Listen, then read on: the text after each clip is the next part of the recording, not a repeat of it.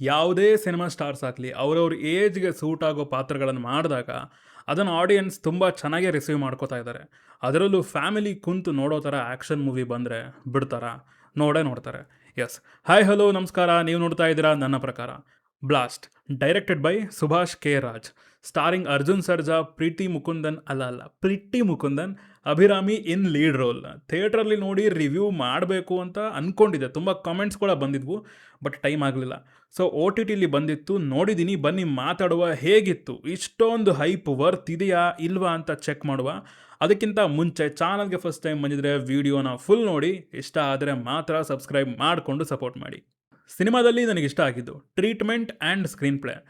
Proper screen play film ಇದು. ಯಾಕಂದರೆ story ತುಂಬ ರೆಗ್ಯುಲರು, ನಾವು ಕೇಳಿರೋದೇ ನೋಡಿರೋದೆ, ಬಟ್ ಅದನ್ನು ಇಂಟ್ರೆಸ್ಟಿಂಗ್ ಆಗಿ ಮಾಡಿದ್ದು ಆ ಸ್ಟೋರಿನ ಇವರು ಹೇಗೆ ಹೇಳಿದ್ದಾರೆ, ಯಾವ ಯಾವ ಪಾತ್ರಗಳನ್ನು ಆಯ್ಕೆ ಮಾಡಿ ಈ ಕಥೆಯಲ್ಲಿ ಫಿಟ್ ಮಾಡಿದ್ದಾರೆ ಅಂತ.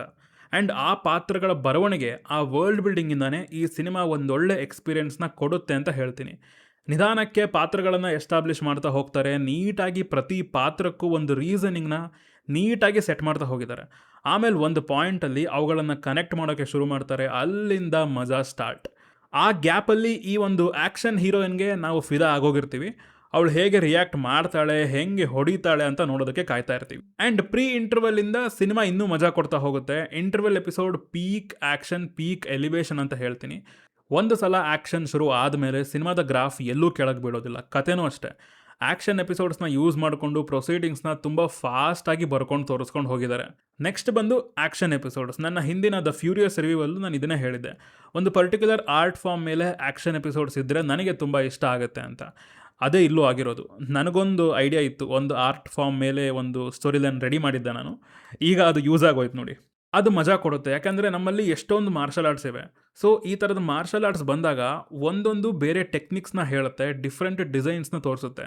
ಅಲ್ಲಿ ಕತೆನ ಇಟ್ಟು ಹೇಳಿದಾಗ ಆಡಿಯನ್ಸ್ಗೂ ಕೂಡ ಇದೊಂದು ರೆಗ್ಯುಲರ್ ಆ್ಯಕ್ಷನ್ ಬಿಟ್ಟು ಬೇರೊಂದನ್ನು ಆಫರ್ ಮಾಡ್ತಾ ಇದ್ದಾರೆ ಅಂತ ಕ್ಲಿಯರ್ ಕಟ್ಟಾಗಿ ಗೊತ್ತಾಗುತ್ತೆ. ಹಾಗೆಯೇ ಅಲ್ಲೊಂದು ಹೊಸ ಸ್ಪೇಸ್ ಸಿಗುತ್ತೆ.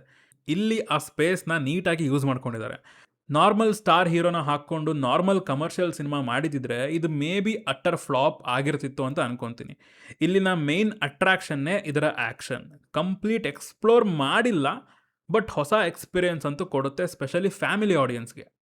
ಪರ್ಫಾರ್ಮೆನ್ಸ್ಗಿಂತ ಆ್ಯಕ್ಟರ್ಸ್ ಹಾಕಿರೋ ಎಫರ್ಟ್ಸ್ನ ಮೆಚ್ಚಬೇಕು ಎಲ್ಲರೂ, ಪ್ರತಿಯೊಬ್ಬರು ಕೂಡ.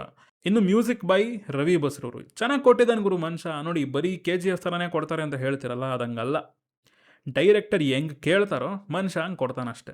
ನಮ್ಮ ಬಸ್ರೂರನ್ನ ಯಾವತ್ತೂ ಬ್ಲೇಮ್ ಮಾಡಲ್ಲ ನಾನಂತೂ. ಇನ್ನು ಸಿನಿಮಾದಲ್ಲಿ ನನಗೆ ಕಷ್ಟ ಅನಿಸಿದ್ದೇನಂತ ಅಂದರೆ, ಕೆಲವೊಂದು ಎಪಿಸೋಡ್ನ ಟ್ರಿಮ್ ಮಾಡ್ಬೋದಿತ್ತು, ಸ್ಪೆಷಲಿ ಹೀರೋಯಿನ್ ಸೈಡ್ದು ಕೆಲವೊಂದು ಜಾಸ್ತಿ ಆಗೋದು. ಆ್ಯಂಡ್ ಆ್ಯಕ್ಷನ್ ಎಪಿಸೋಡ್ಸ್ ಇನ್ನೂ ಗ್ರೌಂಡೆಡ್ ಆಗಿ ಇಡ್ಬೋದಿತ್ತು, ಇನ್ನೊಂದು ಸ್ವಲ್ಪ ಚಾಲೆಂಜಸ್ನ ಜಾಸ್ತಿ ಮಾಡ್ಬೋದಿತ್ತು. ಎಸ್, ನನಗೆ ಇದು ಇಷ್ಟ ಆಯಿತು, ಆ್ಯಕ್ಷನ್ ಎಪಿಸೋಡ್ಗಳು ಇಷ್ಟ ಆಗಿದೆ, ಬಟ್ ಸಮ್ವೇರ್ ಎಲ್ಲೋ ಇನ್ನೊಂದು ಸ್ವಲ್ಪ ರಿಯಲಿಸ್ಟಿಕ್ ಅಪ್ರೋಚ್ ಇದ್ದಿದ್ದರೆ ಚೆನ್ನಾಗಿರೋದು ಅಂತ ಅನ್ನಿಸ್ತು ಅಷ್ಟೇ. ಓವರಾಲ್ ಆಗಿ ಇದೊಂದು ಪ್ರಾಪರ್ ಫ್ಯಾಮಿಲಿ ಆ್ಯಕ್ಷನ್ ಎಂಟರ್ಟೈನರ್. ಮನೆಯವರೆಲ್ಲ ಕುತ್ಕೊಂಡು ಆರಾಮಾಗಿ ನೋಡ್ಬೋದು. ನೆಟ್ಫ್ಲಿಕ್ಸಲ್ಲಿ ಕನ್ನಡದಲ್ಲೂ ಸಿಗುತ್ತೆ, ಕನ್ನಡ ಡಬ್ಬಿಂಗ್ ತುಂಬ ಚೆನ್ನಾಗಿದೆ, ಸಾಂಗ್ಸ್ ಕೂಡ ಚೆನ್ನಾಗಿದೆ. ನನ್ನ ಪ್ರಕಾರ ಈ ಹೈಪ್ ವರ್ತ್ ಅಂತ ಅನ್ನಿಸ್ತು ನನಗೆ ಈ ಸಿನಿಮಾ ನೋಡಿದ ಮೇಲೆ. ನೀವು ಈ ಸಿನಿಮಾ ನೋಡಿದರೆ ನಿಮಗೆ ಅನ್ನಿಸ್ತು ಅನ್ನೋದನ್ನು ಕೆಳಗಡೆ ಕಮೆಂಟ್ಸಲ್ಲಿ ತಿಳಿಸಿ ಅಂತ ಹೇಳ್ತಾ ಸಿಗೋಣ ಮುಂದಿನ ವಿಡಿಯೋದಲ್ಲಿ. ಬಾಯ್.